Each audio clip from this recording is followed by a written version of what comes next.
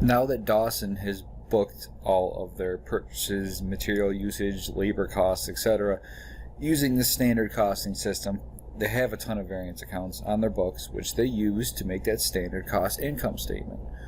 Well, the purpose of those variance accounts is to track something for a period of time. In this case, how much did we miss our expectations by in the last period of time? And we're probably going to want to do the same thing again during the next period, which means that those accounts, we can't maintain a balance in them because they need to be reset to zero so we can start tracking for variances that occur during the next upcoming period. That's just the way that revenues and expense and withdrawal accounts work. They're all transitional accounts. They serve only this one purpose, and when they're done doing their job, they no longer need to be there. Which means we have to, just like revenues and expenses and withdrawals and other transitional accounts, close them at the end of the period. We have to reduce all of their balances to zero so we're ready to start tracking variances during the next upcoming period. Well, what would you close these variances to?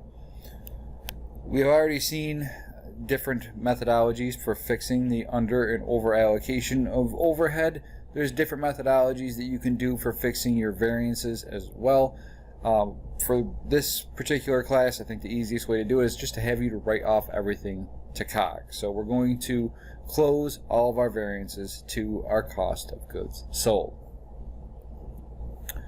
Well, we're going to close all our variances. So what does that mean we need to do? We'll look at the current balance of all our T accounts for these 4 variance accounts that we used. They all have balances that all need to be reduced to zero. How do you reduce a T account's balance to zero?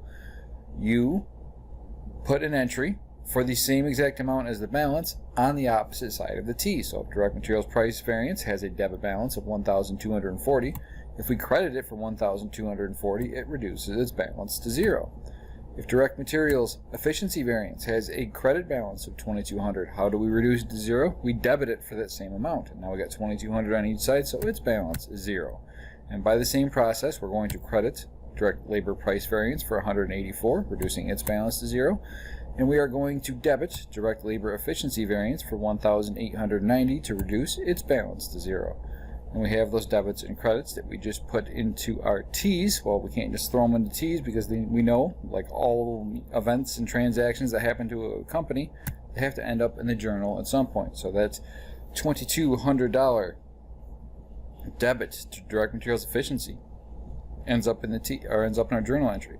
That 1890 debits to direct labor efficiency has to end up in our journal entry. Our 2 credits to our price variances, to close those, the 1240 to direct materials price variance and the 184 to direct labor price variance, they have to end up in there. And with those 4, our debits wouldn't equal our credits. I mean, we got 4,090 on the debit side from just our variances. We've got 1,424 on the credit side, just between those two.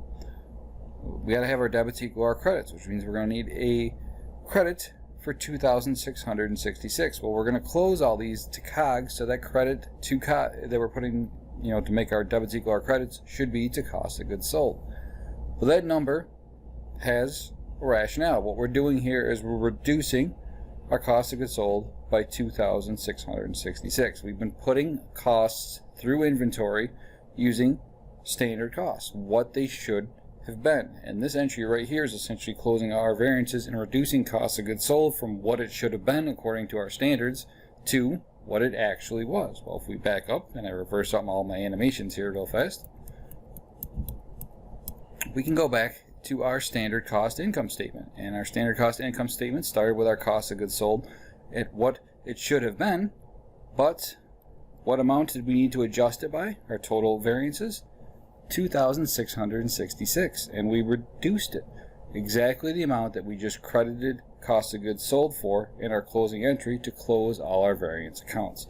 So your debit or credit, depending on your situation, that goes to cost of goods sold in your closing entry should always be equal to the total of all the variance accounts that you use during the period under a standard costing system.